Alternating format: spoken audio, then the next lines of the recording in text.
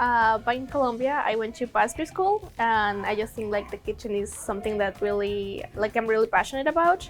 I like baking more than everything, but I really wanted to learn more into hospitality and kitchen management, and it also like kind of aligns with my future plans. I'm hoping to like in a far future open a bakery. Like this course will really help me get to this goal. Like it's really gonna give me all the knowledge that I need to do so.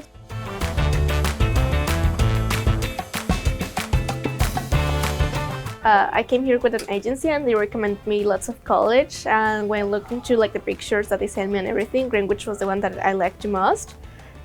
It had like they showed me the kitchen and it was so big, and then when I came here it was even bigger than I thought it was, so I really liked that, like the kitchen. Like we are a lot of people here today and we were able to work like comfortably, everyone on their side, like we weren't really like running into each other, so that was really nice. And it's like very well located, like it's so close to the train and the tram, like it's so easy to access it.